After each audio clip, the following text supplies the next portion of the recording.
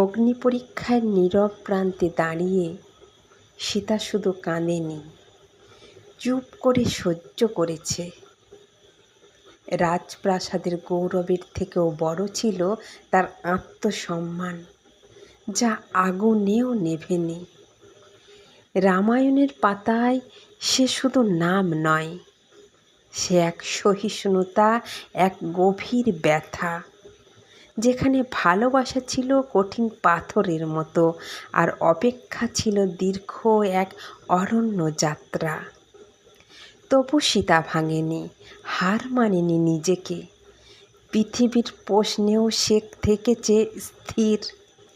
তার নীরব চোখে লেখা ছিল এক কথা, সতীত্ব নয়, সত্যই আমার শেষ ধীর।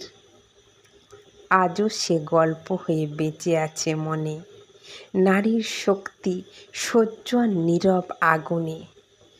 সীতা মানে শুধু দুঃখ নয়, সে জানে অটুট আত্মার এক অমিলন স্বরূপ গানে।